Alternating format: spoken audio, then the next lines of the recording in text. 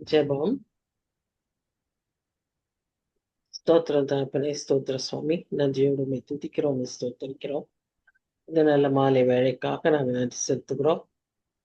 இதோ இந்த மாதத்தின் கடைசி வாரத்துல சுவாமி நாங்க வந்திருக்கோம். ஜீவன சுகமா 6 மாதங்களை முடிக்கிறதற்கு உதவி செய்து வருகிறீர். நன்றி செலுத்துகிறோம். நாளிலும் ஆண்டவரே, நாங்க இந்த 14ஆம் அதிகாரத்தை ஏசாயா தீர்க்கதரிசன புத்தகத்திலிருந்து தியானிக்கும்படியாக ஒன்று கூடி வந்திருக்கிறோம். உம்முடைய வசனங்களை தியானிப்பது எங்களுக்கு எவ்வளவு ஆசீர்வாதம் என்பதை நாங்கள் அனுபவித்து ருசித்து சுவாமி இந்த வேளையில நன்றி செலுத்துகிறோம். நாளிலும் நாங்கள் தியானிக்க இருக்கிற சத்தியங்களை ஆவியானவர் எங்களுக்கு கற்றுக் கொடுக்கும்படியாய் உம்மை நோக்கி நாங்கள் செபிக்கிறோம் சுவாமி. ஒவ்வொரு முறை வாசிக்கும் போதும் அது ஒவ்வொரு விதமாய் எங்களுக்கு இந்த வசனங்கள் விளங்கிக் கொள்ளும்படியாக நீர் உதவி செய்கிறீர். நன்றி செலுத்துகிறோம். நாளிலும் நாங்கள் தியானிக்கிறதை நீர் ஆசீர்வதியும். இப்பொழுதும் வர தடைப்பட்டிருக்கிற மக்களை சீக்கிரமாய் அழைத்து வரும்படியா ஜெபிக்கிறோம். இந்த டெக்னாலஜிக்காக கூட நாங்கள் நன்றி செலுத்துகிறோம். தூரத்துக்கும் சமீபத்திற்கும் உண்டான தேவன் எங்களை ஆண்டவரே பற்பல இடங்களிலிருந்து ஒன்று சேர்க்கிறீர். அதற்காக நாங்கள் நன்றி செலுத்துகிறோம். சீக்கிரமாய் வர கிருபை தாரும். இந்த வேலையை ஆசீர்வதித்து தாரும். நேசிக்கிற இயேசு கிறிஸ்து மூலமாய் வேண்டிக் கொள்கிறோம் பிதாவே. ஆமேன், ஆமேன். ஸோ கர்த்தருடைய பரிசுநாமத்துக்கு ஸ்தோத்திரம். இந்த நாளிலும் நாம் அந்த ஏசாயா தீர்க்கதரிசன புத்தகத்துல 14ஆம் அதிகாரத்தை தியானிக்க இருக்கிறோம்.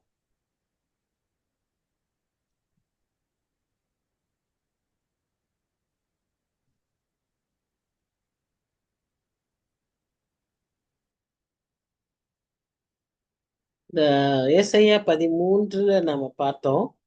அந்த 13லிருந்தே 23ஆம் அதிகாரம் வரைக்கும் சாப்டர்ஸ் ரிலேட்டட் டு நேஷன்ஸ், வேற தேசங்கள், பிற தேசங்களை குறித்து, அதை குறித்த பாரம், அதை குறித்த தரிசனத்தை தான் நாம இந்த 13ஆம் அதிகாரத்துல இருந்து பார்க்கிறோம். 13ஆம் அதிகாரம் குறிப்பாக பாபிலோன் தேசத்தை குறித்து கொடுக்கப்பட்ட எச்சரிப்பு என்று சொல்லி பார்க்கிறோம். இங்கிலீஷ்ல அது ஆரக்கிள்னு சொல்லியிருப்பாங்க, தமிழ்ல அது பாரம்னு சொல்லியிருப்பாங்க. எச்சரிப்பும் கூட எச்சரிப்போடு கூட இருக்கிற அறிவுறுத்தலுக்கு பேர் தான் பாரம். மனசுல அந்த தேசத்தை குறித்த ஒரு பாரத்தோடு எழுதப்படுகிற எச்சரிப்புகள். இப்ப அதை குறித்து 13ஆம் அதிகாரத்துல நம்ம கடந்த வாரம் பார்த்தோம். முடிக்கும் போது நம்ம என்ன பார்த்தோம்னு சொன்னா, இது சீக்கிரம் நிறைவேறும், இனி காலம் செல்லாது அப்படிங்கிற மாதிரி கடைசி வசனத்துல வாசிச்சோம். அது இல்லாம அந்த தேசம் எப்படி குடியேறுபவர் இல்லாமல் அரபியன் கூட கூடாரம் போடாத, அதாவது தேசாந்திரிகள் கூட அங்க கூடாரம் போட முடியாதபடி ஒரு நிலைமை அந்த இடத்துக்கு ஏற்படும், அவ்விதமாய் அது அழிக்கப்படும் என்கிற ஒரு அந்த கடைசி வார்த்தையோடு அந்த 13ஆம் அதிகாரம் முடிகிறதை நாம் பார்க்கிறோம். 14ஆம் அதிகாரத்துல நம்ம இந்த தொடர்ச்சியாக பாபிலோனுடைய அழிவை குறித்த எச்சரிப்புகளும் 12ஆம் வசனத்திலிருந்து 13ஆம் அதிகாரம் 12ஆம் வசனத்திலிருந்து ஒரு 10 வசனத்துக்குள்ளாக இந்த லூசிஃபரை பற்றி, லூசிஃபர் தான் சாத்தான் என்று அழைக்கப்படுவதை நாம் பார்க்கிறோம். இந்த லூசிஃபரை பற்றி சில காரியங்களை நாம் அந்த வசனங்களிலே பார்க்கிறோம். அதாவது பாபிலோன் என்று சொல்லப்படக்கூடிய அந்த வார்த்தை ஒரு தேசத்தை, லிட்ரலா ஒரு தேசத்தை குறிக்கிறது. அதே சமயத்துல it also refers to a world system or spirit, Babylonian spirit அல்லது ஸ்பிரிச்சுவல் பாபிலோன் என்றும் கூட அதை குறித்து சொல்லப்படுகிறதை நாம் பார்க்கிறோம். அதனால இந்த அதிகாரத்துல அவ்விதமாக தான் ஒரு கம்பேரிசன் பார்த்துக்கிட்டே வருவோம். What happens to the physical Babylon nation and what happens to the spiritual Babylon அப்படிங்கிறது தான் இதை பார்ப்போம். அதுக்கு முக்கியத்துவமா அதை குறித்து பார்க்கிறதற்கும் போது இந்த சாத்தானை குறித்தும் அதிகமான தகவல்களை நாம் இந்த அதிகாரத்தில் பெற்றுக்கொள்கிறோம். இப்போ முதல் வசனத்துல தொடர்ச்சியாக 13 தொடர்ச்சியாய் நாம் பார்க்கும்போது, கர்த்தர் யாக்கோபுக்கு இறங்கி பின்னும் இஸ்ரவேலரை தெரிந்து கொண்டு அவர்களை அவர்கள் தேசத்திலே தாவரிக்க பண்ணுவார். யாக்கோபின் கோத்திரத்தார் தான் இஸ்ரவேல் ஜனங்கள். அந்நியரும் அவர்களோடு சேர்க்கையாகி யாக்கோபின் வம்சத்தோட கூடிக்கொள்வார்கள். இது அந்த வடபகுதியில் உள்ள அந்த 10 கோத்திரத்தார் மத்தியில நடந்த ஒரு காரியம். அசிரிய தேசத்திலிருந்து அங்குள்ள பழக்க வழக்கங்களை இவர்கள் அங்கு சுற்றி இருக்கிற நாடுகளில் எல்லா விதமான ஆராதனை முறைமை, இன்னும் அந்த மக்களை திருமணம் செய்து கொள்ளுதல், அவர்களுடைய கலாச்சாரம், இதெல்லாம் அவர்களோடு சேர்ந்து அங்கே ஏற்படுகிறதை நாம் பார்க்கிறோம். ஜனங்கள் இப்படியாய் அவர்கள் இருக்கக்கூடிய சூழ்நிலையில ஜனங்கள் அவர்களை அழைத்து கொண்டு போய் அவர்கள் ஸ்தானத்தில் விடுவார்கள். அதாவது இதெல்லாம் நடந்து இது பாபிலோன் தேசத்திற்கு இவர்கள் கைதாகி சென்ற பிறகு இப்பொழுது அவர்களை திரும்ப இங்க கொண்டுட்டு வருவாங்க. இங்க அந்த தேசத்துக்கே, எந்த தேசத்துக்கு? அவர்கள் தேசத்திலே தாபரிக்க பண்ணுவார் போட்டிருக்கு இல்லையா? அதனால இஸ்ரவேல் தேசத்திற்கு திரும்பவும் அவர்களை அழைத்து கொண்டு வருவார்கள். இது த ரிட்டர்ன் ஃப்ரம் எக்ஸைல் அப்படின்னு சொல்லக்கூடிய ஒரு காரியம். எக்ஸைல்ன போது பாபிலோன் தேசத்தின் ராஜா நெபுகாத் நேச்சார் 3 முறை எருசலேமை முற்றுகையிட்டு அங்குள்ள ஜனங்களை எவ்விதமாய் அங்கு எடுத்துக்கொண்டு சென்றார் என்று நாம் பார்க்கிறோம். அவர்கள் திரும்ப இப்ப இந்த தேசத்துக்கு வர கர்த்தர் வழிவகுப்பார். கர்த்தருடைய இரக்கத்தினாலே. மேல ஃபர்ஸ்ட் பார்க்கிறோம், கர்த்தர் யாக்கோபுக்கு இறங்கி, அதனால அந்த இரக்கத்தினாலே இந்த காரியங்களை செய்கிறார் என்று சொல்லி பார்க்கிறோம். அப்புறம் இங்க வரும்போது அவர்கள் என்ன செய்வாங்கன்னா, அவர்களை அப்படி கூட்டிட்டு வந்தவங்களை வேலைக்காரராகவும் வேலைக்காரிகளாகவும் கையாண்டு தங்களை சிறையாக்கினவர்களை சிறையாக்கி தங்களை ஒடுக்கினவர்களை ஆளுவார்கள். Once again there will be a rise of this Israelites. கர்த்தருடைய தேசமும் கர்த்தருடைய ஜனமும் ஒரு நாளும் என்ன செய்யாது, அழிந்து போகாது. ஒரு நாள் அவர் கைவிடவே மாட்டார். அப்போ இங்க we see the restoration of Israel. திரும்பவும் அவர்கள் தங்களுடைய பழைய நிலைமைக்கு வருகிறார்கள் என்று சொல்லி நாம் பார்க்கிறோம். அப்போ 3ஆம் வசனத்துல பார்க்கிறோம், கர்த்தர் உன் துக்கத்தையும் உன் தத்தளிப்பையும் நீ அடிமையாக்கப்பட்டிருந்த கடினமான அடிமைத்தனத்தையும் நீக்கி உன்னை இளைப்பார பண்ணும் அக்காலத்திலே. ஸோ இப்போ நடக்கக்கூடிய காலம் அந்த சூழ்நிலை எப்படி இருந்தது? அவங்க அந்த அடிமையாக இழுத்து செல்லப்பட்ட பாபிலோன் தேசத்திலிருந்து திரும்ப அவர்கள் இஸ்ரேல் தேசத்துக்கு வந்து அவங்க ரெஸ்டோர் ஆகி அந்த மக்களை அடிமைகளாக்கி அவர்களை சிறைப்படுத்தி அவர்களை ஆள செய்து கொண்டிருக்கிற சூழ்நிலையில இதுவரைக்கும் அவர்கள் பட்டு கொண்டிருந்த கஷ்டங்கள், அந்த வேதனைகள் எல்லாம் மாறி அவர்கள் என்ன செய்யறாங்க, இளைப்பாறுகிற ஒரு காலமாய் அந்த காலம் இருக்கிறதை நாம் பார்க்கிறோம். ஸோ இங்க நம்ம என்ன பார்க்கிறோம்னா, காட்ஸ் மர்சி அப்பான் இஸ்ரேல். அதுதான் இந்த பகுதியில நாம முக்கியமா பார்க்கிறோம். காட்ஸ் பீப்புள் ஒருவேளை அவங்களுடைய வேர்ஸ்ட் சிச்சுவேஷனுக்கு போயிருந்தா கூட they will come back to their land and they will be restored. So this is what we see in this particular portion. So they will be regathered and restored. இந்த சமயத்துல அங்கிருந்து சில புறஜாதியாரையும் இவர்கள் அழைத்து கொண்டு வருவார்கள். Gentiles, they will bring some non-Jewish people. அங்கிருந்து அவர்களையும் இங்க கொண்டு வருவாங்க. அவர்களைத்தான் அவங்க என்ன செய்யறாங்க, ஆளுகை செய்யறாங்க. அவர்களை இவர்கள் சிநேகிதராக்கி கொள்கிறார்கள். அதாவது the best thing to conquer an enemy is to make him a friend அப்படின்னு சொல்றது போல அவர்களை இவர்கள் சிநேகிதராக்கி கொள்வார்கள் என்று சொல்லி நாம பார்க்கிறோம். ஸோ இப்போ அவங்களுக்கு ஒரு இளைப்பாறுதலின் காலம். இந்த இளைப்பாறுதலை இங்கிலீஷ்ல நம்ம என்னன்னு வாசிக்கிறோம்னா ரெஸ்ட் அப்படின்னு சொல்லி பார்க்கிறோம். இது எப்ப நடந்தது? ஏசாயா காலத்தில் இருந்த சூழ்நிலையை நாம் இப்ப பார்க்கிறோம். அதாவது ஏசாயா காலத்திலே இது நடக்கல.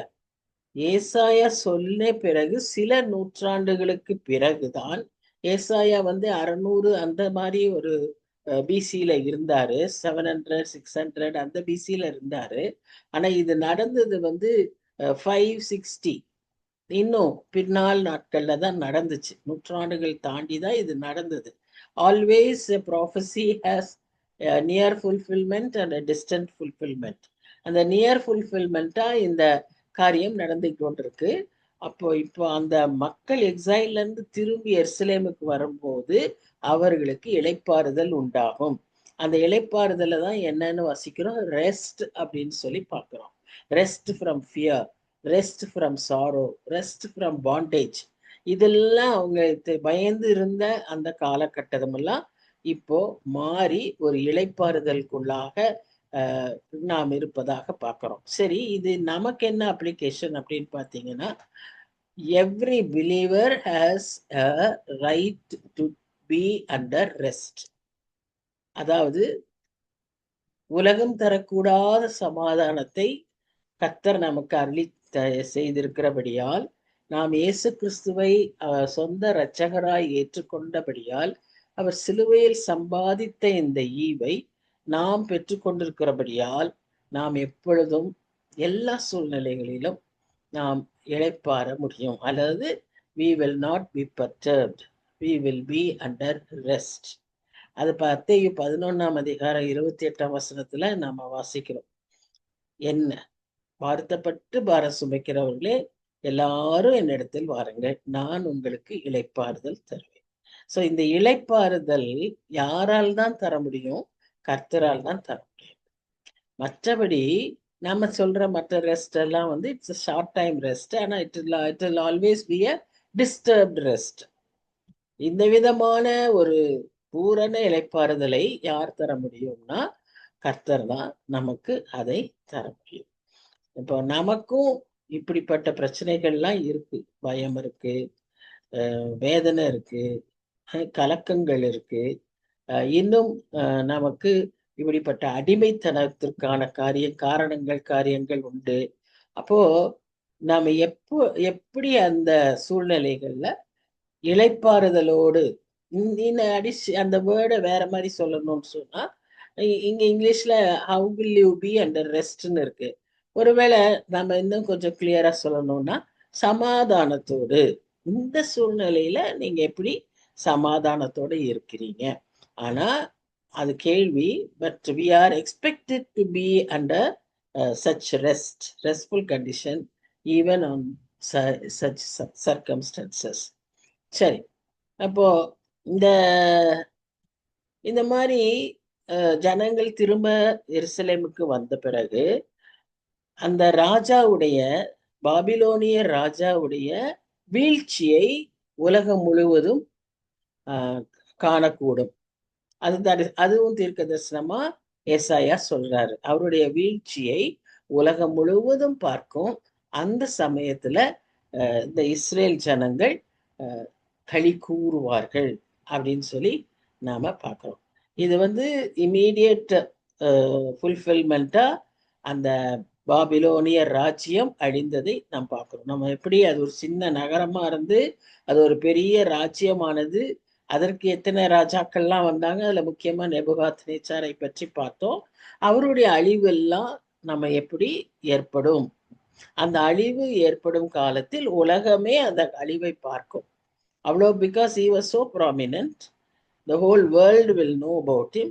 And when his fall is there, or when his reign comes to a decline, whole world will know about it, and Israel will rejoice.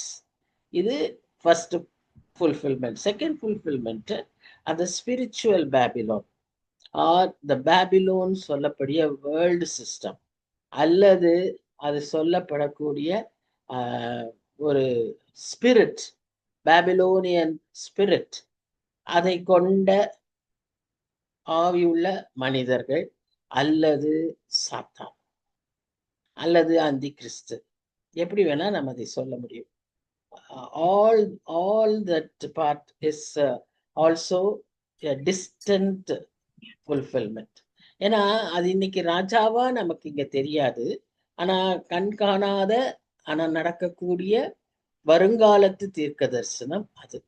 அவனும் வீழ்த்தப்படுவான், அவனும் அவனுடைய ராஜ்யமும் முறிக்கப்படும். இதுதான் நமக்கு கொடுக்கப்படுகிற ஒரு பெரிய நம்பிக்கையான ஒரு இது என்ன சொல்றது, ஒரு நம்பிக்கையான தீர்க்கதரிசி. ஸோ எஸ், அதே அதே ஸ்லைடு. இப்போ 4வது வசனத்துல நம்ம என்ன பார்க்கிறோம்னு சொன்னா, அந்த அழிவை குறித்து தெளிவா சொல்லப்பட்டிருக்கு. அந்த நகரத்தை பற்றி பாபிலோன் ராஜாவின் மேல் சொல்லும் வாக்கியமாவது, இது ஒரு பாடலாய் பாடப்பட்டிருக்கிறது. இந்த வசனங்கள் இந்த 4ல இருந்து 8ஆம் வசனம் வரைக்கும் இட் இஸ் லைக் என்ன சொல்றது, பழமொழி மாதிரி, ஒரு பாடல் மாதிரி. அன்னைக்கு ஜனங்கள் இந்த நம்ம இப்படி நடந்தது என்கிறதை ஒரு பாடலாய் பாடுகிறதை நாம் பார்க்கிறோம். நிறைய நிறைய காரியங்களை நம்ம அப்படி பாடலாய் பாடி பாடி நாம் நினைவு கூறுகிறோம் இல்லையா? இப்போ Lenten சீசன்னா we have one set of songs, 40 days 40 nights on a hill. இப்படி we have some set of songs. birth time Christmas சொன்னா joy to the world, oh come all ye faithful, another set of songs. So which all relate to the timing and the events that took place.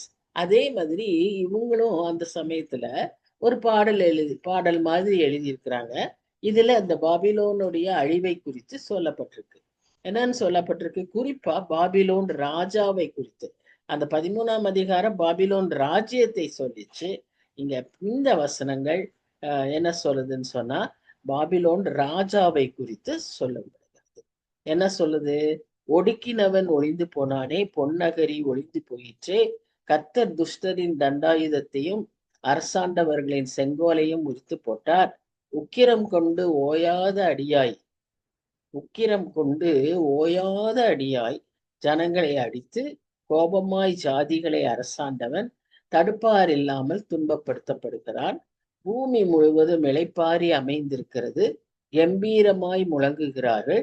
தேவதாரு விருட்சங்களும் லீபனோனின் கேதுருக்களும் உன்னிமித்தம் சந்தோஷப்பட்டு, நீ விழுந்து கிடந்தது முதல் கொண்டு எங்களை வெட்ட வருவார் ஒருவரும் இல்லை என்று சொல்லுகிறது. எவ்வளவு கொடூரமா அந்த ராஜா அந்த நாட்கள்ல இருந்திருந்தா, இவர்கள் எல்லாரும் அதை பாடலாய் சொல்லி அதிலிருந்து நமக்கு ஒரு விடுதலை கிடைச்சதுன்னு சொல்லி, even the creations, the trees, அந்த நாட்டினுடைய மரங்கள் எல்லாம், விருட்சங்கள் எல்லாம் கூட இப்படிப்பட்ட அந்த ராஜா ஒளிந்து போனான்னு சொல்லி சந்தோஷப்படுவோம். So such was is cruel rule அப்படின்னு நாம பார்க்கிறோம். இதுக்கு இதை மறுபடியும் நம்ம இதை பற்றி யோசிக்கும் போது 2 விதமாய் நமக்கு யோசிக்கணும். ஒன்று அந்த king of Babylon, the true king of Babylon. இன்னொன்று அந்த ஸ்பிரிச்சுவல் பவர் ஆஃப் பேபிலோன்.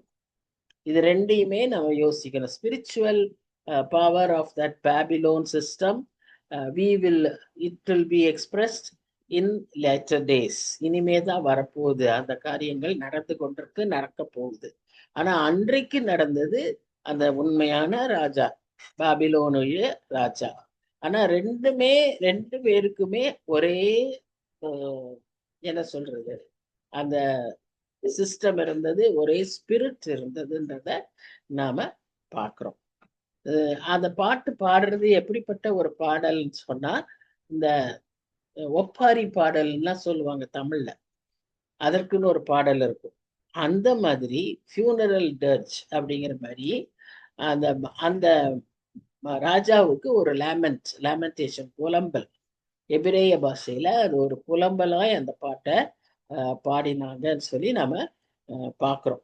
இது என்னன்னு பார்க்கிறோம்னு சொன்னா, அந்த ராஜாவினுடைய மரணத்தை குறித்தும் அந்த ராஜாவினுடைய முடிவை குறித்தும், அது எப்படி ஒரு அழிவுக்குள்ளானது, எப்படி ஒரு விடுதலையை தந்தது என்று சொல்லி அந்த ஒரு சந்தோஷத்தோடு பாடக்கூடிய ஒரு பாடலாக அந்த பாடல் அமைந்திருக்கிறது. அந்த 4-8 வசனங்கள்.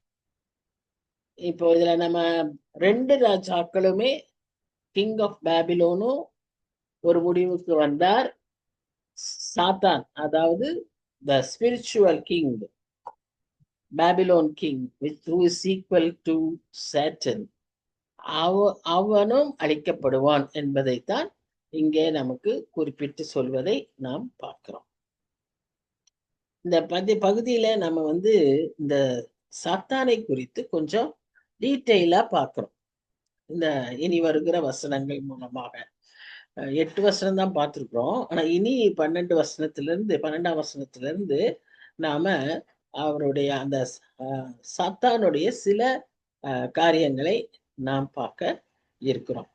இது சாத்தான் எவ்வளவோ ஒரு பெரிய பவர்ஃபுல்லா இருக்கிற மாதிரி இருந்தாலும் நமக்கு காட்டுற காரியம் என்னன்னு சொன்னா, அவனுக்கும் நாட்கள் எண்ணப்பட்டுதான் இருக்கிறது. அவனுக்கு ஒரு முடிவு இருக்கிறது. அவனுடைய இந்த காரியம் எல்லாம் ஏன்னு சொன்னா, ஒருவேளை இந்த பாபிலோனிய கிங் ராஜா உடைய கொடுமையை நம்ம அனுபவிச்சிடலனாலும் வரும் நாட்களிலே அந்தி கிறிஸ்துங்கிற முறையில அல்லது இந்த சாத்தானின் ஆவியை கொண்ட மனுஷர்கள் மூலமாக நமக்கு நேரிடுகிற துன்பங்கள் ஒரு முடிவுக்கு வரும். எப்படியோ வரும். ஏதோ வழியில ஏதோ விதங்கள்ல இந்த முடிவு இந்த கொடுமை நடக்கலாம். அந்த கொடுமைக்கு ஒரு முடிவு உண்டு. நம்ம எப்பவுமே அதுதான் நம்முடைய நம்பிக்கை. என்னென்ன இதெல்லாம் நடந்தாலும் there is an end for it, because God is in ultimate control. He has the control. இது எல்லாவற்றையும் அவர் அனுமதிச்சாலும் அதற்கு ஒரு முடிவை அவர் வைத்திருக்க. வசனத்துல நாம் வாசிக்கிறோம், நம்பிக்கை வீண் போகாது, எல்லாவற்றுக்கும் முடிவு உண்டுன்னு. அது மாதிரி இதுலயும் அவர் ஒரு முடிவை நமக்கு அளிக்கிறார் என்பதை தான் இந்த இடத்துல ரொம்ப முக்கியமாக அவர் திரும்ப திரும்ப சொல்றார். இப்போ இந்த இந்த ஸ்பிரிச்சுவல் பேபிலோனுடைய கிங் ஆகிய சேட்டனுக்கும் நம்மை மீட்க வந்த நம்முடைய ராஜாவாகிய இயேசு கிறிஸ்துவுக்கும் நிறைய வித்தியாசங்கள் உண்டு, நிறைய சிமிலாரிட்டிஸ். அதாவது Satan tries to imitate Jesus. At the same time, there is a striking contrasting difference that also is there. அதையும் நம்ம இங்க பார்க்க போறோம். இப்போ இந்த Babylon Raja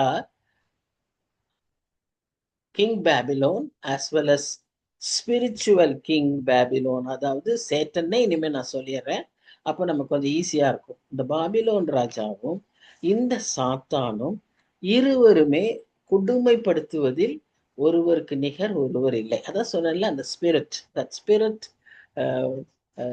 works in them. அதனால we find people, everybody will be happy when these are destroyed. இது எப்படி அவங்க டிஸ்ட்ராய் பண்ணுவாங்கன்னு சொல்லி பார்த்தோமானால், எப்படி அவங்க டிஸ்ட்ரக்ஷன் இருக்கும் அப்படின்னு பார்த்தோமானால், அவர்கள் அழிவுக்குள்ளாக்கப்பட்டு அவர்களை ஒரு முடிவுக்கு கொண்டு வருவார். அந்த முடிவுக்கு வரும்போது இந்த கிரியேஷனும் கூட வில் ரிஜாய்ஸ். ஏன்னா கிரியேஷனும் அந்த டெலிவரன்ஸ்க்காக காத்து கொண்டிருக்கிற ஒரு சூழ்நிலை.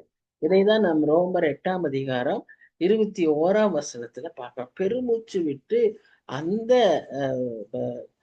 என்ன சொல்றது, படைப்புகளும் சிருஷ்டிப்புகளும் ஏங்கி தவிக்கிறது என்று சொல்லி பார்க்கிறோம்.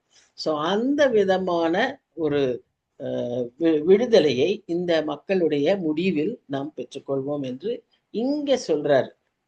இதத்தான் அவர் அங்க ரோமர் அதிகாரத்துல அவர் சொல்வதை பார்க்கிறோம்.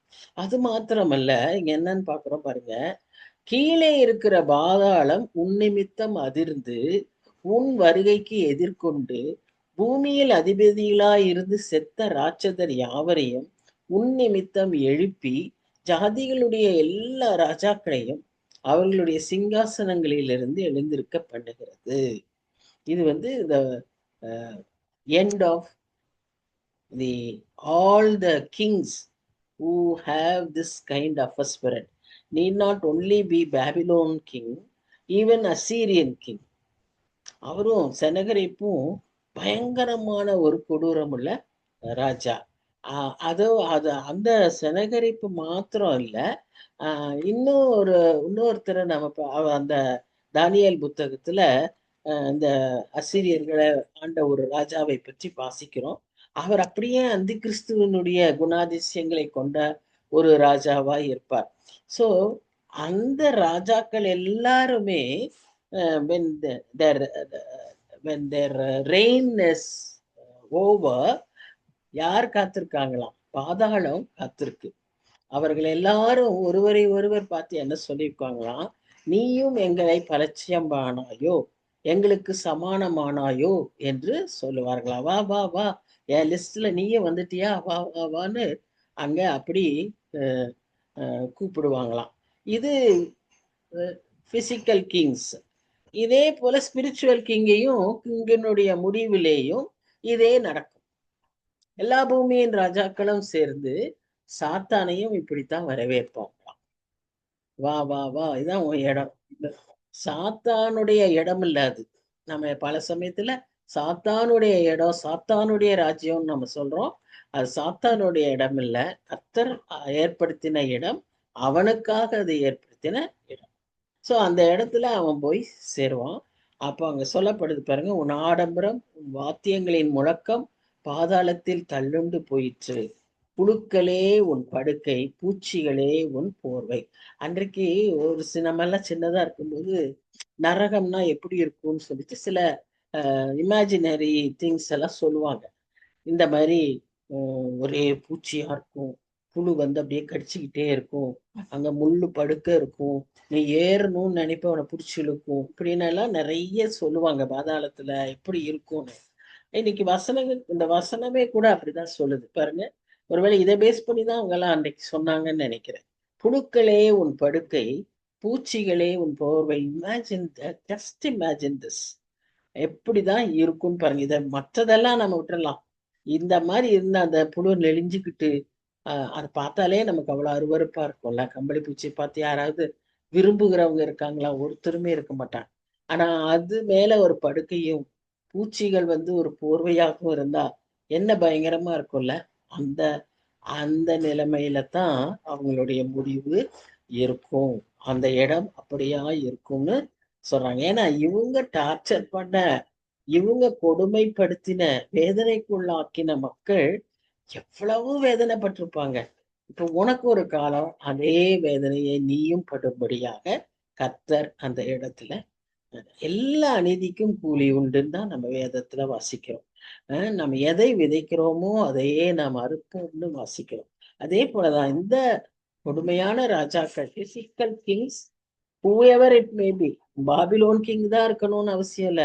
நமக்கு குடும்பத்திலேயே இருப்பாங்க சில பேரு, நமக்கு சர்ச்சில் இருப்பாங்க, சமுதாயத்துல இருப்பாங்க, பக்கத்து வீட்டுல இருப்பாங்க, நம்ம ரிலேட்டிவ்ஸ் இருப்பாங்க, ஹூஎவர் இட் மே பி.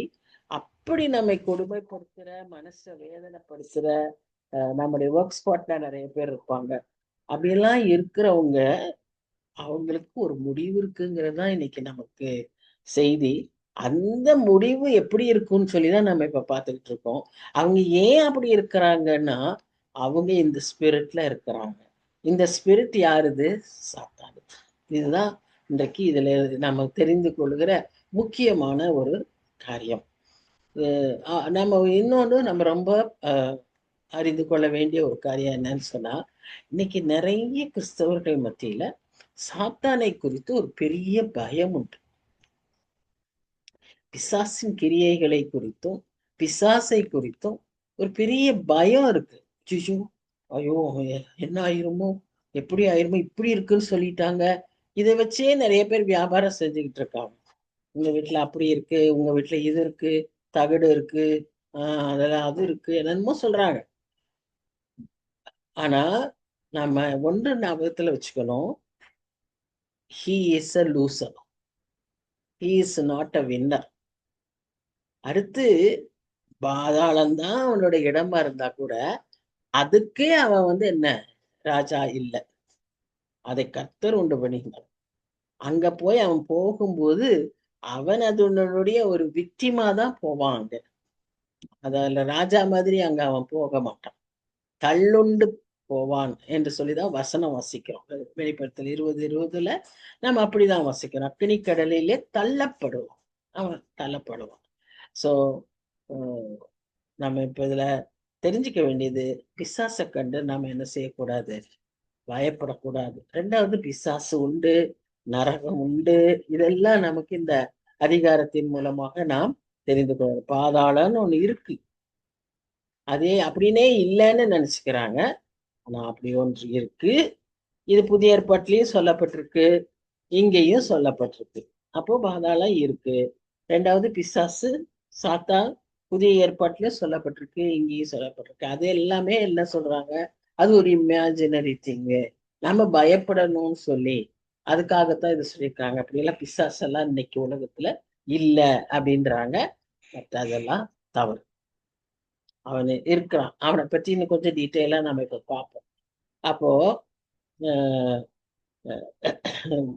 அதாவது there is an end for all these people, and that end will be in the hell, that is பாதாள.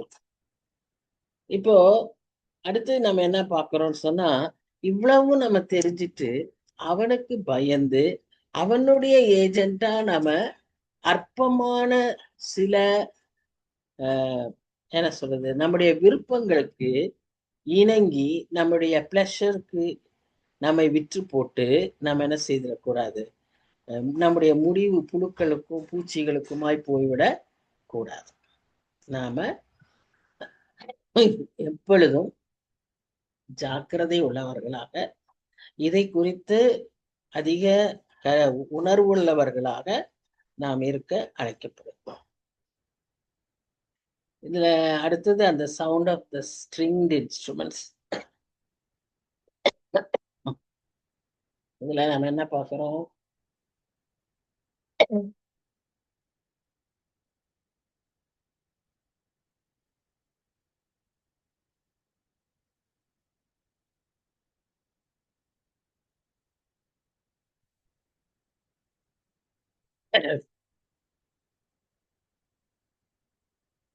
பிசாசு கீழே தள்ளப்படுவதற்கு முன்பாக, கீழே தள்ளப்படுறதுன்னா என்ன அப்படிங்கிறத இப்ப சீக்கிரமா நம்ம நல்லா தெளிவா புரிஞ்சுக்க போறோம். ஆனா கீழே தள்ளப்படுவதற்கு முன்பாக பரலோகத்தில அவன் சங்கீதங்களினாலும் பாடல்களினாலும் இசைக்கருவிகளினாலும் அவன் கர்த்தரை ஆராதித்து வந்து கொண்டிருந்தவன். அவன் பிறந்தப்பவே அவனுக்கென்று இந்த அவனை பிறந்தப்பல அவனை உருவாக்கினப்பவே கர்த்தர் அவனுக்கென்று சில வாத்தியங்களை உருவாக்கினார் என்று சொல்லி நாம் பார்க்கிறோம். எசேக்கியேல் 28:13 அதை சொல்லுகிறது. அவனுக்கு the day he was created, அதாவது உருவாக்கின அந்த நாளிலேயே all these instruments were prepared for him. இந்த இசைக்கருவிகள் எல்லாம் அது. ஸோ பிசாசினுடைய ஒன் ஆஃப் த ஒர்க் என்னன்னா musical career. Musical carrier.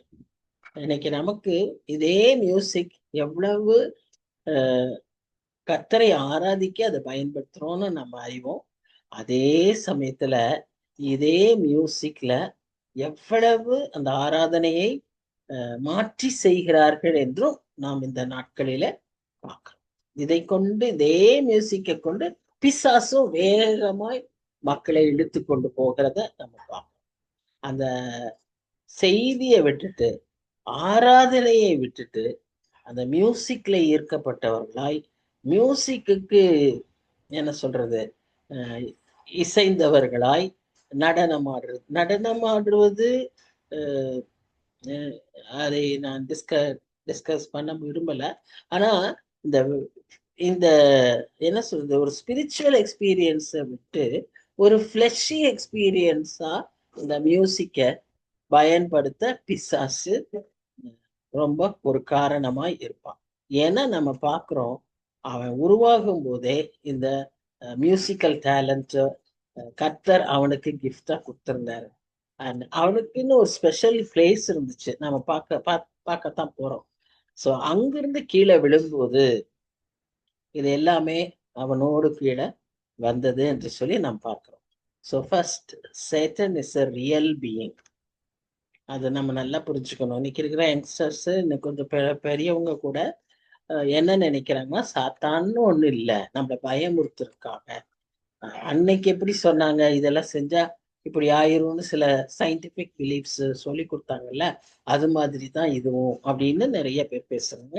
But Satan is a real being. He is not the opposite of God. That also we should remember. கடவுளுக்கு அல்லது இயேசு கிறிஸ்துவுக்கு எதிரானவன் கிடையாது. அவனுக்கு அந்த ஈக்குவாலிட்டிக்கு அவனுக்கு சம்பந்தமே கிடையாது. ஆனா இயேசு கிறிஸ்து செய்கிற எல்லாவற்றையும் எதிர்க்கிறவன். எதிர்க்கிறவன் வேற, எதிராயிருப்பவன் வேற. எதிராக இருக்கணும்னா ஈக்குவலா இருக்கணும். அந்த ஈக்குவாலிட்டிக்கு அவனுக்கு இடமே இல்லை.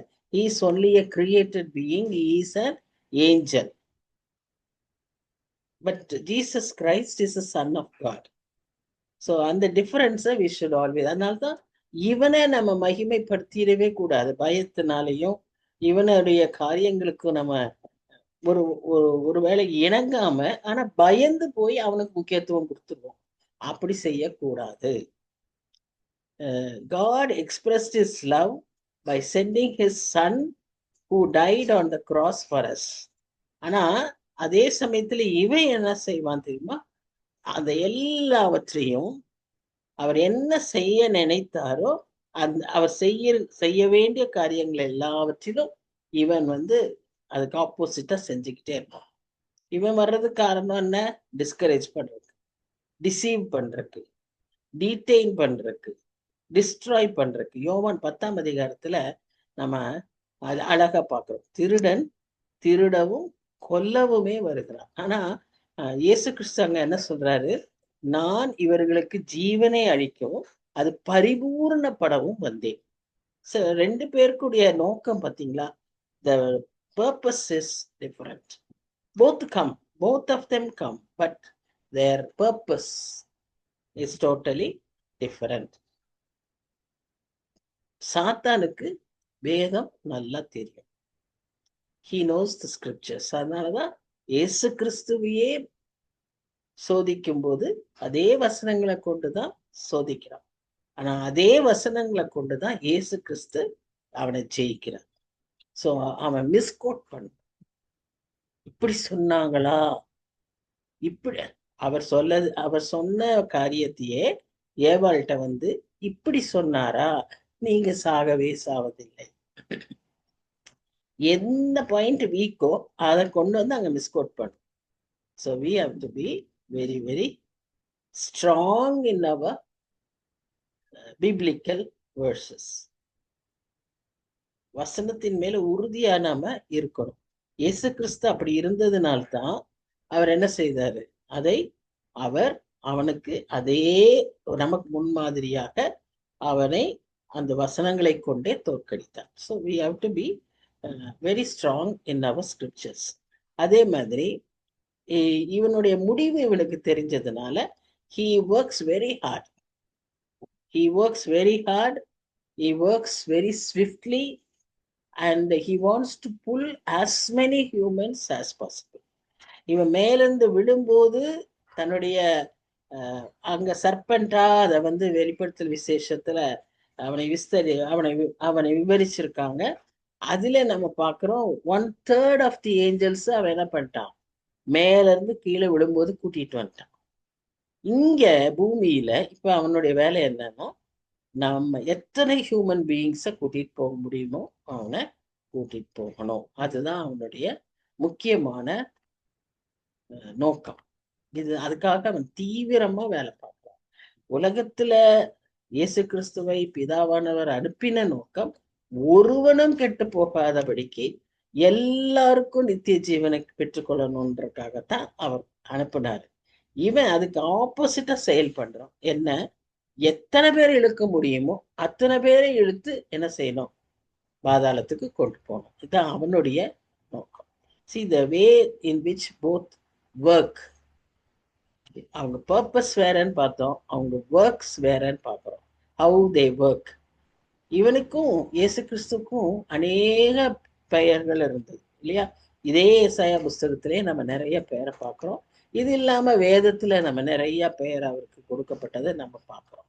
ஆனா இங்க நம்ம இவனுக்கு நம்ம சாத்தானுக்கும் நிறைய பெயர் உண்டு. சாத்தான், பிசாசு, பேய், இதெல்லாம் ஒண்ணு. இது தவிர லூசிஃபர், இந்த அதிகாரத்துல தான் நாம அவனுக்கு என்னன்னு பார்க்கிறோம், லூசிஃபர்ங்கிற பெயரை பார்க்கிறோம்.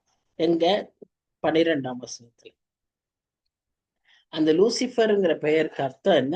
விடிவெள்ளி, அதிகாலத்து விடிவெள்ளி. அதுக்கு இன்னும் நிறைய வேர்ஷன்ஸ்ல பாத்தீங்கன்னா டே ஸ்டார். ஆக்சுவல் மீனிங் என்ன அப்படின்னு பாத்தீங்கன்னா, லூசிஃபர்ங்கிற வார்த்தை லத்தீன் மொழியில இருக்கு. அதுக்கு அர்த்தம் Lucifer, which means bearer of light. Bearer of light, அப்போ லைட் பேரர். இப்ப இவனுடைய ஒளியின் தூதன் அப்படின்னு சொல்லப்படுது இல்லையா, அது. அதே போல இன்னும் யோபு 1:26 வாசிக்கிறோம், அவனை அட்வர்சரின்னு பார்க்கிறோம். இன்னும் டெவில், ஃபால்ஸ் அக்யூசர், ஸ்லாண்டரர், இப்படியெல்லாம் மத்தேயு 4:1 வாசிக்கிறோம். டெம்ப்டர், சோதனைக்காரன், 1 தெசலோனிக்கேயர் 3:5 வாசிக்கிறோம். விக்கெட், மத்தேயு 13:19 வாசிக்கிறோம், மோசம் போக்குங்கிறவன். Accuser of men, revelation 12:10. குற்றம் சாட்டுகிறவன், குற்றம் படுத்துகிறவன். பிரின்ஸ் ஆஃப் திஸ் வேர்ல்டு, உலகத்தின் அதிபதி, யோவான் 12:31, 14:30, 16:11. 3 இடங்கள்ல யோவான் இவனை குறித்து உலகத்தின் அதிபதியாக, இப்பிரபஞ்சத்தின் அதிபதி, உலகத்தின் அதிபதி அப்படின்னு எல்லாம் பெயர். Ruler of the kingdom of air, வானலோகத்தின் அதிபதி, எபேசியர் 2:2. டிராகன், சர்ப்பம், ரெவலேஷன் 12:9. வலு சர்ப்பம், சர்பென்ட், சர்ப்பம், ஆதியாகமம் 3:1. ஏஞ்சல் ஆஃப் லைட், ஒளியின் தூதன், 2 கொரிந்தியர் 11:14. adorned with gold and precious stones. வேதத்திலேயே 2 அதிகாரங்களில 2 வித்தியாசமான தீர்க்கதரிசிகள் மூலமாக இந்த சாத்தானை குறித்து ஒரு பெரிய விளக்கம் இருக்கு. எதுன்னு சொன்னா, இந்த ஏசாயா 14ஆம் அதிகாரமும் எசேக்கியேல் 28ஆம் அதிகாரத்திலும் இதை குறித்து, இந்த பிசாசை குறித்து நிறைய விளக்கங்களை நாம் பார்க்கிறோம்.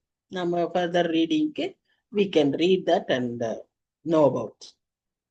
12, 13, 14, 15 வசனங்கள்ல நம்ம என்ன பார்க்கிறோம்னு சொன்னா, இப்ப இந்த பிசாசை பற்றி தான் நம்ம இங்க வாசிக்கிறோம், அல்லது சாத்தானை குறித்து. அதிகாலையின் மகனாகிய விடிவெள்ளியே, நீ வானத்திலிருந்து விழுந்தாயே,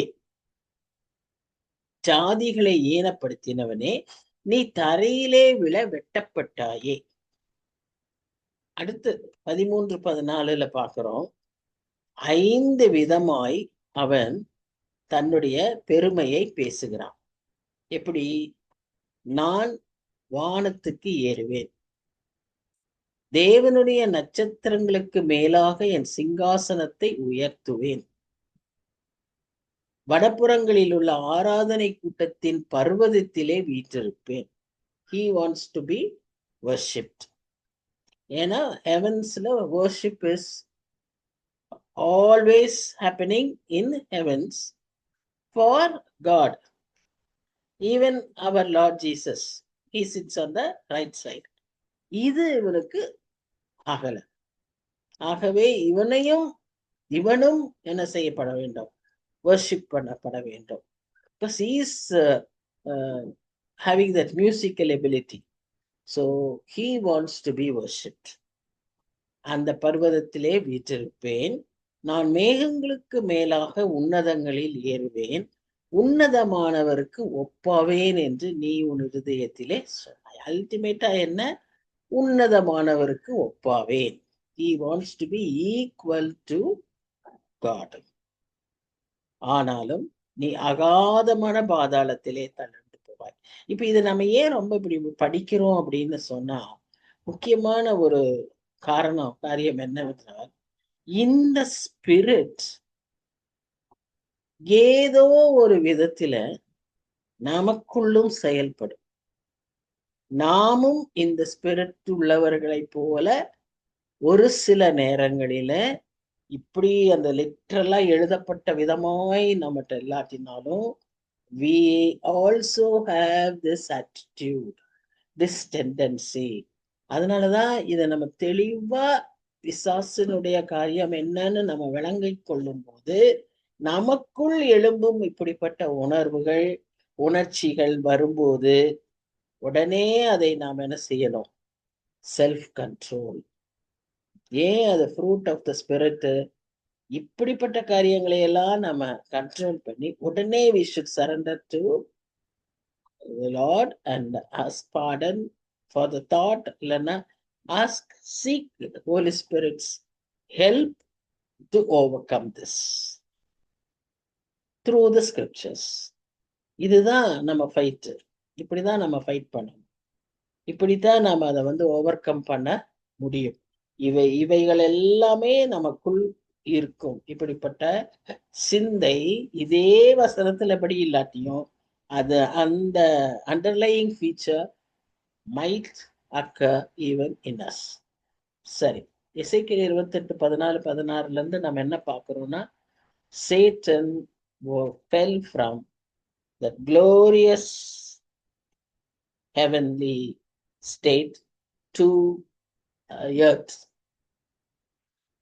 அப்படி ஒரு தாழ விழும்படியாக தள்ளப்பட்டவர் என்று நாம் பார்க்கிறோம். இதே இயேசு கிறிஸ்துவே அவருடைய வார்த்தையில லூக்கா 10:18 வாசிக்கிறோம். Satan fell like lightning from heaven. இதுதான் ஏற்கனவே நடந்து முடிந்த முதல் வீழ்ச்சி. அங்கிருந்து தள்ளப்பட்டான். ஏன்னா அந்த 5 ஸ்டேட்மெண்ட்னால அவன் அங்கிருந்து கீழே தள்ளப்பட்டான். ஆனா இனியும் இருக்கு அவனுக்கு நிறைய வீழ்ச்சிகள். அது என்ன அப்படின்னு பாத்தீங்கன்னா, இரண்டாவதா நாம என்ன பார்க்கிறோம்னா, அவன் இப்பவும் இங்கிருந்தாலும் அவனால என்ன செய்ய முடியும்?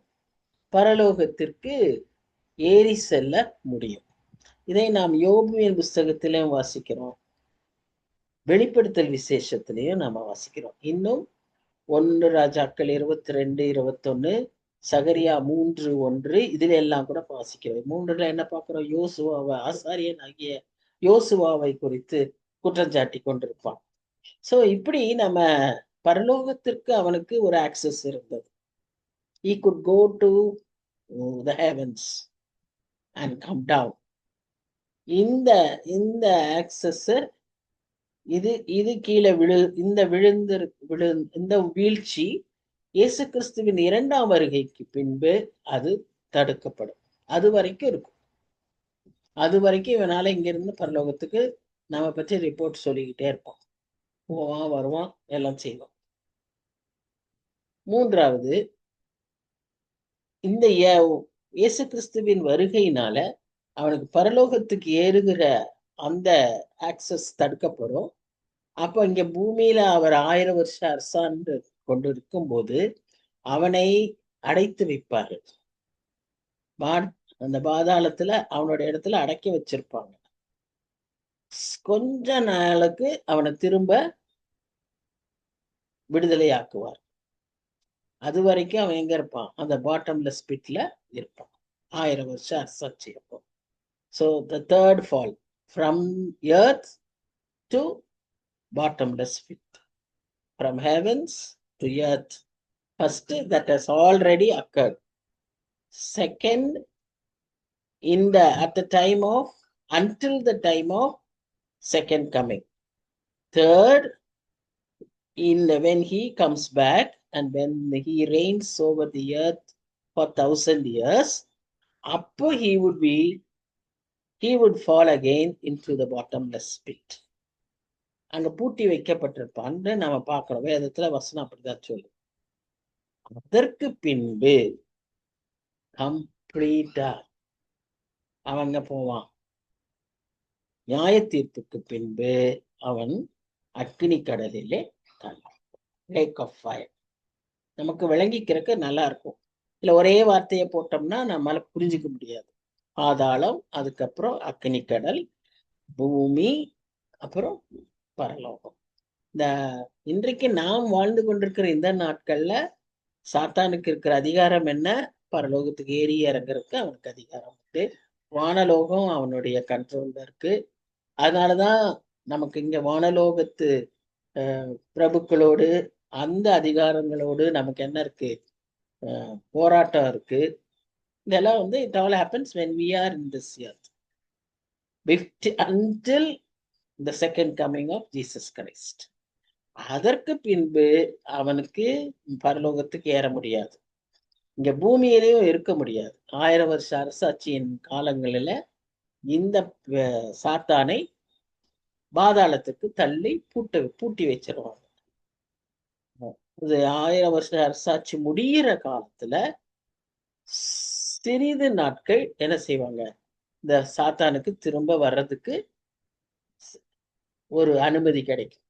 அப்பதான் அவன் என்ன செய்வான்னா, அந்த சமயத்துல கூட வசனம் சொல்லுது, கடல் மணல் எத்தனையான திரளான பேர் அவன் பின்னால் போவார்கள் என்று சொல்லி.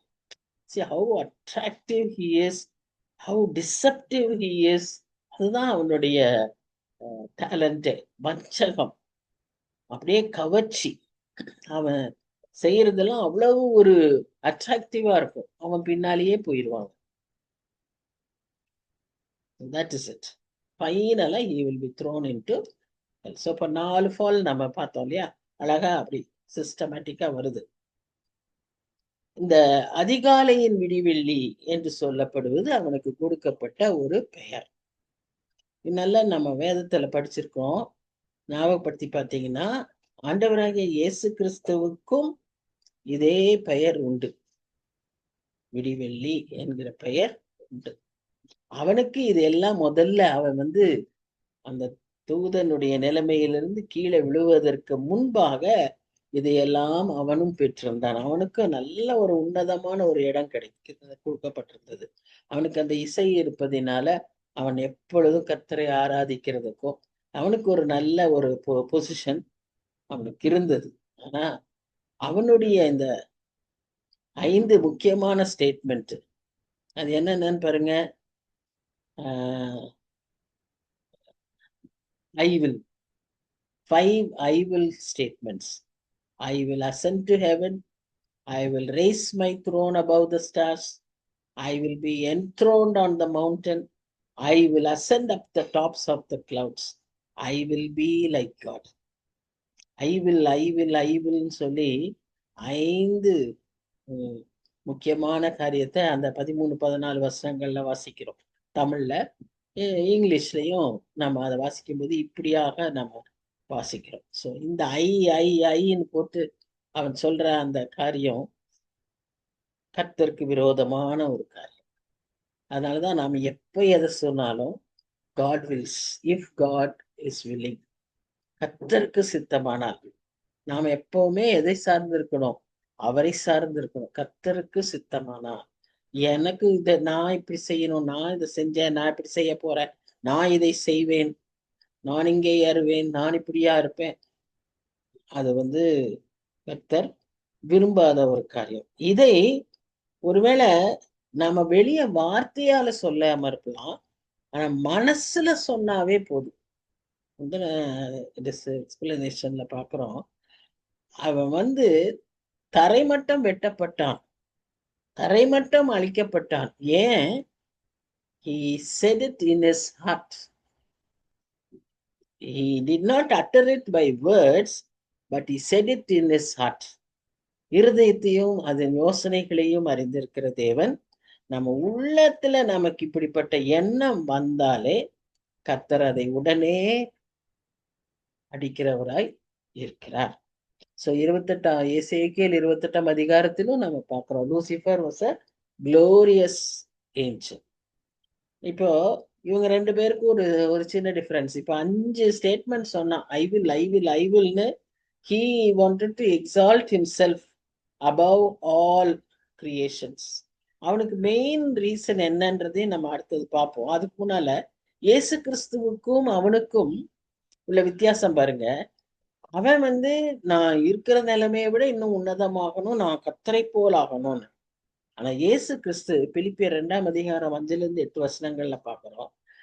தேவனுக்கு சமமானவராய் அவர் இருந்த போதிலும் நமக்காக அது எல்லாம் விட்டு இறங்கி தன்னையே தாழ்த்தி கீழ்ப்படிந்து அடிமையின் ரூபம். இது எந்த குவாலிட்டியும் அவனுக்கு ஒத்து வராது. இந்த கீழ்ப்படியறது, தாழ்த்துறது, விட்டு கொடுக்கிறது, all these are typical qualities of Lord Jesus Christ. If we have this, let his name be praised. But அவனது எப்படின்னா, அப்படி இருக்கணும், நான் இப்படி போகணும், இதை விட பெருசாகணும், அதை விட பெருசாகணும், அப்படி ஆகணும், நான் வானத்துக்கு ஏறணும். இதெல்லாம் யாருடையது? அவனுடையது. ஏன் இந்த விதமாய் அவனுக்குள்ள அப்படி ஒரு இது அப்படின்னு பாத்தீங்கன்னா, அடிப்படையா காரணம் என்ன தெரியுமா? கர்த்தர் மனுஷனை உண்டாக்கினதுனாலதான். மனுஷனை உண்டாக்குனது அவனுக்கு பிடிக்காத ஒரு காரியம் தான். நான் சொல்றேன், அவன் கர்த்தர் செய்த கிரியைகள் அனைத்தையும் அவன் அப்போஸ் பண்றான். அதுல முதல் காரணம், கர்த்தர் தன் சாயல்ல மனிதனை உருவாக்கினது. அதை அவனால டாலரேட்டே பண்ணிக்க முடியல. அடுத்து அந்த மனுஷனுக்கு ஒரு பொசிஷனை கொடுக்கிறாரு. ஏஞ்சல்ஸுக்கு கீழே தான், ஆனா ஏஞ்சல்ஸ் இவங்களுக்கு சர்வ் பண்ணணும். பணிவிடை ஆவிகள் மனுஷனுக்கு சர்வ் பண்ணணும்னு வச்சிருக்கிறாரு. அது அவனுக்கு தாங்க முடியல. அதை விட பெரிய காரியம், ஒரு நாளில இவரை போலவே இந்த மனுஷர்களுக்கும் மகிமையையும் கனத்தையும் வைத்திருக்கிறார். அதை ஏஞ்சல்ஸால செய்யவே முடியாது. இன்னொன்னு, அவருடைய விருப்பத்தை எல்லாம், அவருடைய சித்தத்தை எல்லாம் இந்த மனுஷரை கொண்டுதான் செய்ய முடியும். குறிப்பா மீட்பின் திட்டத்தை மனுஷரை கொண்டுதான் செய்ய முடியும். ஏஞ்சல்ஸ் எத்தனையோ காரியங்களை செய்யலாம், but the plan of salvation can be fulfilled only by humans. அது அவனுக்கு டோட்டலா பிடிக்கல. பிளான் ஆஃப் சால்வேஷனே அவனுக்கு பிடிக்கல. ஃபர்ஸ்ட் கிரியேஷன் ஆஃப் மேனே பிடிக்கல, அடுத்து பிளான் ஆஃப் சால்வேஷன் சுத்தமா பிடிக்கல. அதை தடுக்கிறதுக்கு என்னெல்லாம் செய்ய முடியுமோ செஞ்சா நம்ம வேதத்தை ஆராய்ஞ்சு பார்த்தா தெரியும். பிறப்பிலிருந்து அவனுக்கு ஏகப்பட்ட தொந்தரவு கொடுத்துக்கிட்டே இருந்தான். கடைசியா இவர்களுக்கு இவ்வளவு கனம் கொடுக்கிறாங்களே, தூதர்கள் உன் கால், அப்போ மனுஷனுடைய கால் இடராதபடிக்கு தூதர் தாழ்ப்பான். தூதர் கம்ஸ் டு தட் லெவல். அது அவனுக்கு பிடிக்கல. இதுதான் அவனுடைய ரிபலியஸ் நேச்சருக்கு காரணம். So he rebelled against God and he wants to pull the humans to his place because he knows the end. His end is that only. அவருக்கு நல்லா தெரியும். அதே அந்த வேகத்துலதான் அவன் மனுஷனை பிடிச்சு இழுக்க. நாம என்ன செய்யும் இந்த சூழ்நிலையில? நாம என்ன செய்யும்? Resist, fight the good fight. அவனை எதிர்த்து நில், பிசாசை எதிர்த்து நில், அவன் ஓடி போவான்.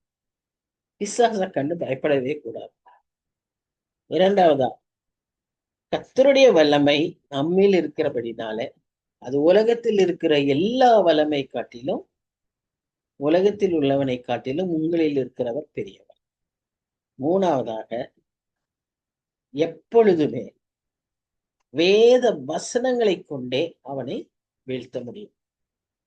வேற எதனால அவனை வீழ்த்த முடியாது. அவனை வீழ்த்துறதுக்கு, ஏன்னா எல்லாத்தையும் அவன் இமிட்டேட் பண்ணுவான், மற்ற எல்லாத்தையும் அவனாலேயும் செய்ய முடியும்.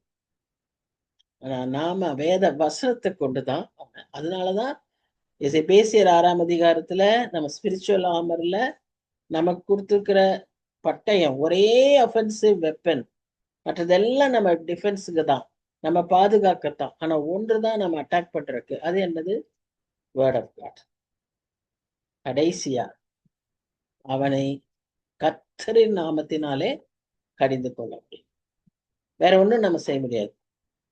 அதுக்கு கர்த்தர் டைம் வச்சிருக்கிறார். we can rebuke him only in the name of the Lord. நிறைய சமயம் நிறைய தவறான விதங்களிலே நாமும் கூட ஜெபித்து கொண்டிருந்திருக்கோம். ஆனா இன்றைக்கு நமக்கு தெரிகிற ஒரு வெளிப்பாடு என்னன்னா, we can rebuke him in the name of the Lord. மற்றபடி வேற என்னையும் அவனை நாம் செய்ய முடியாது. because he has some power, but we have God who is having a greater power than him. அந்த வல்லமையில அந்த நாமத்துல நாம் அவனை எதிர்க்கணும். அவருடைய சத்தியத்துல அவருடைய வசனத்துல நாம் அவனை எதிர்க்கணும். அவனை முதலாவது நாம் எதிர்க்கணும். அவனை கண்டு நம்ம பயப்படக்கூடாது. எப்படி ஒரு நாய் துரத்திட்டே வந்தா நம்ம நின்றுட்டு அதை திரும்பி பார்த்தோம்னா நாய் ஓடிடும். ஆனா நம்ம பயந்துக்கிட்டு ஓடிட்டே இருந்தோம்னா பின்னால வந்து சேஸ் பண்ணி நம்ம பிடிச்சிடும். இது ஒரு சிம்பிள் ட்ரிக். நாம நாயை பார்த்து நின்று திரும்பி அதை பார்த்தோம்னா ஓடிடும். அதே மாதிரிதான் அந்த பிசாசு. we have to resist him. So இந்த சிந்தனைகளோடு இன்றைக்கு நம்ம இந்த ஸ்டடியை முடிப்போம். இன்னும் நிறைய வசனங்கள் படிக்க வேண்டியிருக்கு. அடுத்த வாரத்துல பார்ப்போம். நல்ல தகப்பனே, நன்றி செலுத்துகிறோம் சுவாமி. இந்த மாலை வேளையிலும் எங்களுக்கு நீ கற்றுத்தந்த சில காரியங்கள், விளக்கங்கள், ஆண்டவரே ஒருவேளை ஏற்கனவே அறிந்திருந்ததெல்லாம் திரும்ப எங்களுக்கு ஞாபகப்படுத்தி, எப்பவுமே வேத வசனங்களை எவ்வளவு முறை வாசித்தாலும் அவ்வளவு முறையும் அது எங்களுக்கு பிரயோஜனம் தான் சுவாமி. Because that is the food, that is the food, that's the bread that our soul can be nurtured. அதை இந்த மாலை வேளையில நாங்க ஒன்றாய் சேர்ந்து இணைந்து இசைந்து கற்றுக்கொண்ட காரியங்களுக்காக நன்றி செலுத்துகிறோம். வர இன்னைக்கு தடைப்பட்ட மக்களை எல்லாம் அடுத்த வாரம் அழைத்து வாரசுவோம். எங்களை தாழ்த்தி ஒப்பு கொடுக்கிறோம், பொறுப்பேற்றுக்கொள்ளும். நேசிக்கிற இயேசு கிறிஸ்து மூலமாய் வேண்டிக் கொள்கிறோம் பிதாவே. ஆமென், ஆமென். So thank you everyone. God bless you. God bless you. Thank you, Annie. Thank you.